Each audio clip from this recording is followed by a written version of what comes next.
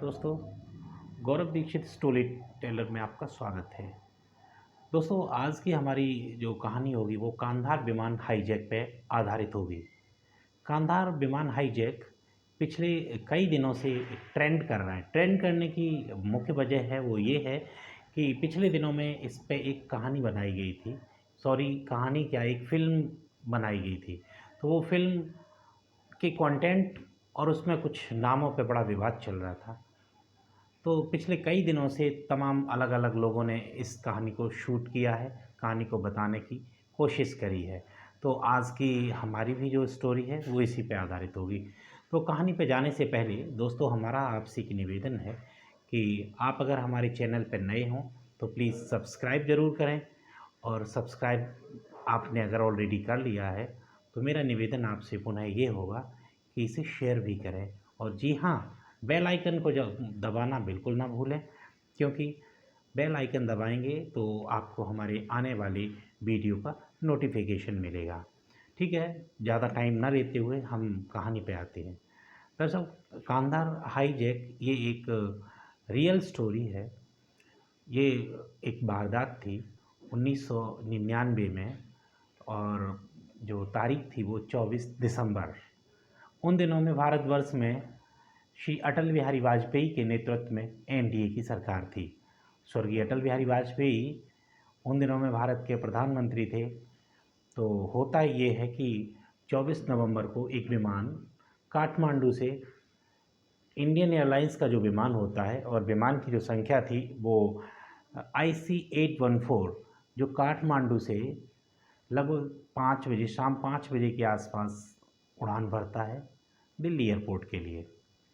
लेकिन जैसे ही ये विमान काठमांडू एयरपोर्ट से टेक ऑफ करता है दिल्ली एयरपोर्ट के लिए, तो उसी बीच में लगभग जैसे ही ये विमान भारत की सीमा में, भारतीय वायु सीमा में दाखिल होता है, तभी विमान के अंदर से ही सबसे पहले एक नकाबपोश निकलता है। चेहरे पे जिसने मास्क लगा रखा था वो आके एकदम से विमान में आके एक बड़ी डिक्लेरेशन करता है, बोलता है, अनाउंस करता है कि ये विमान अब हमारे कब्जे में है। इस विमान में कोई भी आदमी हिलने की कोशिश अगर करेगा तो उसे, हम इस विमान को विस्फोट से उड़ा देंगे, हमारे पास हथियार हैं। इतना कहते ही एक के बाद एक, और कुल मिला के 5 आतंकवादी वहाँ पे वापस निकल के आते हैं उसी में, और उन सभी ने आगे पीछे बीच में इस तरह से होते हुए पूरे विमान को अपने कब्जे में ले लिया, पूरे विमान के सारे यात्रियों को अपने कब्जे में ले लिया। कोई भी आदमी, कोई भी यात्री कुछ समझ नहीं पाया था। इतने में ही सबसे जो किनारे से खड़ा हुआ एक टेररिस्ट, वो जाके कैप्टन की केबिन में पहुंचता है, जो उस टाइम पे कैप्टन देवी चरण शर्मा, जो उस टाइम पे विमान को उड़ा रहे थे, जाके उन्हें भी अपने कब्जे में लेता है एक तरह से। उनसे बोलता है कि विमान को दरअसल भारत नहीं, पाकिस्तान की तरफ रुख करिए। लेकिन कैप्टन शर्मा मना करते हैं, लेकिन उनके सामने वो अपने उस जो पिस्टल होती है, जो उसके पास हथियार होता है, उस हथियार को लहराते हुए कहता है कि हम पूरे विमान को उड़ा देंगे अगर आपने हमारी डायरेक्शन को फॉलो नहीं किया। तो ना चाहते हुए भी कैप्टन ने अपने विमान का रुख पाकिस्तान की तरफ कर दिया। पाकिस्तान में लाहौर में एयरपोर्ट, जो नज़दीकी एयरपोर्ट था जिसके लिए उन्होंने कहा था, आतंकवादियों ने डायरेक्शन दिया था, तो उधर की तरफ कैप्टन शर्मा अपने विमान का रुख करते हैं, ले जाते हैं। लेकिन जैसा कि आप जानते हैं व्यूअर्स, कि जब कोई एक विमान टेक ऑफ होता है किसी दूसरी जगह पे, तो वहाँ की जो एयर ट्रैफिक कंट्रोल होता है उस पे एक संपर्क साधा जाता है, कम्युनिकेशन होता है। तो उस कम्युनिकेशन कैप्टन शर्मा ने किया, तो पाकिस्तान में हलचल शुरू हो जाती है। जैसे ही उन्हें ये पता लग जाता है कि ये एक हाईजैक्ड विमान है, और अगर ये हमारी धरती पे आता है तो पूरी दुनिया में एक बहुत बड़ी बदनामी होगी। लोग ये कहेंगे, इंटरनेशनल मंच पे ये बोला जाएगा कि इस पाकिस्तान ने इस विमान को हाईजैक किया है। तो वहाँ पे ये मना आ जाता कि नहीं, इस विमान को यहाँ पे नहीं उतारा जाएगा। तो वहाँ के एयर कंट्रोल, ट्रैफिक कंट्रोल ने कैप्टन शर्मा को विमान को टेक ऑफ होने के लिए इजाज़त नहीं दी। कैप्टन शर्मा ये बोलते हैं कि हमारे विमान में अब ईंधन भी नहीं है, और क्योंकि भारत और काठमांडू की वो जो फ़्लाइट थी वो लगभग 1 घंटे की थी और उतना ही ईंधन उस विमान में था। तो वो ये बताते हैं कि साहब, अब ये आतंकवादियों को बोलते हैं कि विमान अब हमारा आगे नहीं जा सकता है। तो वो कहते हैं कि ये नियरेस्ट एयरपोर्ट अब यहाँ पे कौन सा है, जल्दी से उसकी तरफ रुख करिए। कैप्टन शर्मा बताते हैं कि अब यहाँ पे पंजाब अमृतसर का एयरपोर्ट नियरेस्ट एयरपोर्ट है, तो वहाँ पे ले जाके इसे रिफ़िल कराने के लिए वो कहते हैं। तो कैप्टन शर्मा मूव करते हैं पाकिस्तान से हिंदुस्तान में पंजाब की तरफ, और पंजाब में अमृतसर के लिए। तो जैसे ही ये सूचना वहाँ पे आती है अमृतसर एयरपोर्ट पे, वो हाईजैक्ट जो विमान है वो लैंड करने वाला है। तो ये खबर पूरा देश में एक हलचल पैदा हो जाती है। भारत की सिक्योरिटी एजेंसीज अलर्ट पे आ जाती हैं, जिनमें आज जो एनएसए हैं, और उन दिनों में वो आईबी के एक बड़े अधिकारी हुआ करते थे, श्री अजीत डोभाल जी। तो अजीत डोभाल जी और तत्कालीन विदेश मंत्री जसवंत सिंह, और साथ ही साथ डेप्यूटी पीएम एल.के. आडवाणी। आपको शायद ये सुनने में बड़ा अजीब लग रहा होगा कि डेप्यूटी पीएम एल.के. आडवाणी क्यों अलर्ट पे आए थे, क्यों नहीं प्रधानमंत्री ने उस टाइम पे मोर्चा संभाला। जी हाँ, ये बात बड़ी विचारणीय है, क्योंकि जब ये सब कुछ हो रहा था, भारत के इस विमान को हाईजैक किया गया था, तो भारत के उस टाइम के तत्कालीन प्रधानमंत्री स्वर्गीय अटल बिहारी वाजपेयी जी एक डोमेस्टिक ट्रैवल पे हुआ करते थे। वो जैसा कि होता है आज भी, भारत के प्रधानमंत्री को इंडियन एयरफोर्स का एक स्पेशल विमान ही ले जाता है, तो वो भी उस टाइम पे भारत के एक इंडियन एयरफोर्स का स्पेशल विमान में वो डोमेस्टिक जर्नी में थे। तो आज से 25 वर्ष पहले की बात है। उन दिनों में फ़्लाइट में इस तरह के सैटेलाइट सिस्टम और ये नहीं थे ताकि ये कम्युनिकेशन हो पाए, तो प्रधानमंत्री तक ये सूचना नहीं आ पाती है। तो जाहिर सी बात है कि इन स्थितियों में मोर्चा को डेप्यूटी पीएम ही संभालेंगे।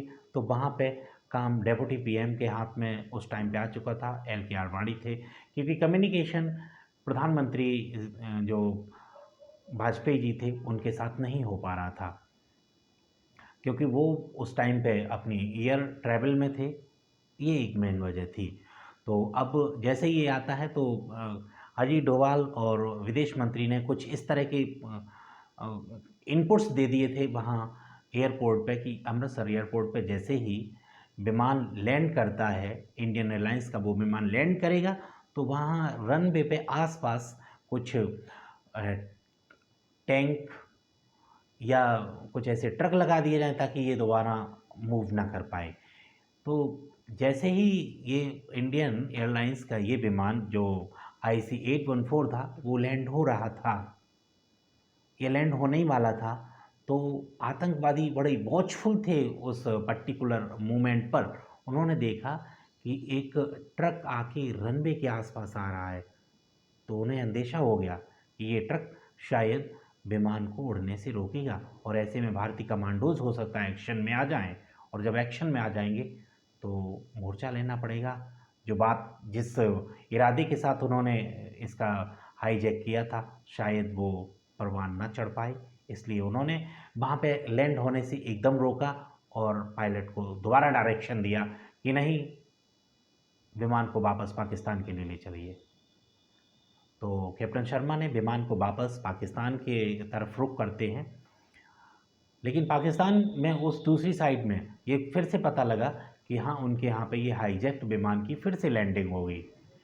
तो पाकिस्तान की अथॉरिटी ने, एयरपोर्ट अथॉरिटी ने वहाँ पे डार्क आउट कर दिया, पूरी तरह से वहाँ पे लाइट को बंद कर दिया, अंधेरा कर दिया, ताकि ये विमान वहाँ पे लैंड ना कर पाए। लेकिन इधर जसवंत सिंह विदेश मंत्री तत्कालीन, उन्होंने पाकिस्तान के विदेश मंत्री से संपर्क साधा और ये कहा कि इस विमान में ईंधन नहीं है, आप लिहाजा इसे रिफ़िल करा दीजिए, नहीं तो ये क्रैश हो जाएगा।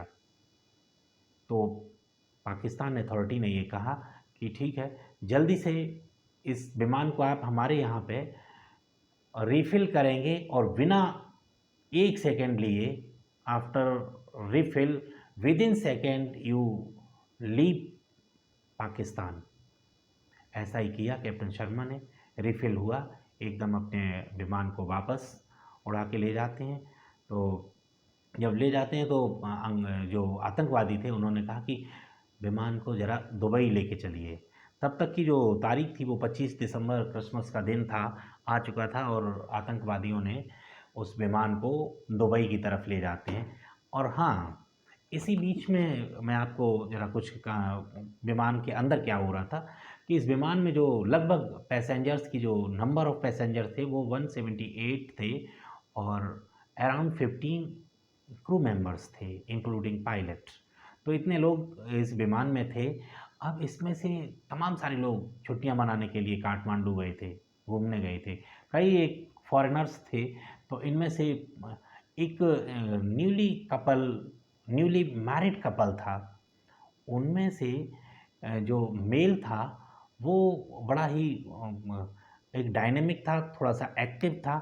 उसे कुछ ऐसा लग रहा था कि अगर उसने कुछ किया तो शायद वो सफल हो जाएगा अपने इन साथियों को इन टेररिस्ट से मुक्त कराने में। तो वो कुछ उठता बैठता था, कुछ इस तरह से हरकत कर रहा था।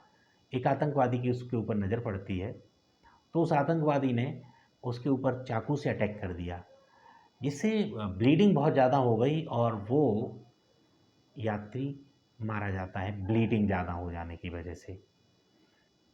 तो अब हम वापस आते हैं कहानी के दूसरे साइड में कि वो विमान जो था वो दुबई में लैंड करता है। तो दुबई प्रशासन को भारतीय जो विदेश मंत्रालय की तरफ से कम्युनिकेशन किया जाता है। वो कहते हैं कि हाँ, कुछ ऐसा करिए, विमान को वहाँ पे उतारिए, उड़ने ना दीजिए, बाद में इस तरह से मोर्चाबंदी कर लीजिए। लेकिन दुबई कहता, भाई मैं अपनी ज़मीन पे क्यों इंटरेस्ट लूँगा भाई, ये मेरा देश और हमारा इसे कोई लेना देना नहीं है, ना तो हमारे विमान है ना हमारे लोग हैं, हम इतना बड़ा रिस्क क्यों लेंगे। तो लेकिन हाँ, इतने ही बीच में विमान को फिर से रिफ़िल होने की ज़रूरत पड़ गई थी। तो तो आतंकवादियों ने एक शर्त रखी कि हाँ, आप हमें रिफ़िल कराएंगे तो इसमें जो यात्री हैं, इनमें कुछ बुज़ुर्ग हैं, हम उन्हें उतार देंगे। ऐसा ही उन्होंने किया। लगभग 27 यात्रियों को, जो बुज़ुर्ग थे, महिलाएं थीं, उन्हें उतार दिया। उनमें से एक डेड बॉडी थी, वो भी वहाँ पे दुबई एयरपोर्ट पे छोड़ दी गई। अब दुबई एयरपोर्ट पे उन्होंने फिर से रिफ़िल कराया अपने विमान को और वापस डिसाइड किया कि अब हम ले चलेंगे कांधार में। तो ये कांधार जो जो शहर था, कांधार जो जगह थी, ये पहली बार इंटरनेशनल मीडिया में आई। उसकी वजह थी कि ये हाईजैक्ड विमान को आतंकवादी कांधार में ले जाते हैं। कांधार में ले जाते हैं, और आपको पता होगा कि उन दिनों में कांधार मतलब जो अफ़गानिस्तान की धरती थी, और वो उन दिनों में तालिबान का साम्राज्य था। तो तालिबानियों ने कहीं न कहीं, मैं ये कह सकता हूँ कि भारत, आतंकवादी, इन सब के बीच में एक कम्युनिकेटर की भूमिका निभाई। तो वहाँ पे पहुँचते हैं जब ये, तो उन्होंने, तालिबानियों ने कोई भारत के लिए उस तरह की मदद नहीं करी, लेकिन दिखाने में तो उन आतंकवादियों की भी मदद नहीं करी। लेकिन हाँ, दोनों की, मैं तो ये मानता हूँ कि दोनों की मदद करी, क्योंकि उन्होंने एक ब्रिज का काम किया था और यहाँ पे अपने देश में उस विमान को लैंड भी कराया, और लैंड कराने के साथ साथ ये तमाम जो बारगेनिंग वहाँ से शुरू होती है वो भी हुई है।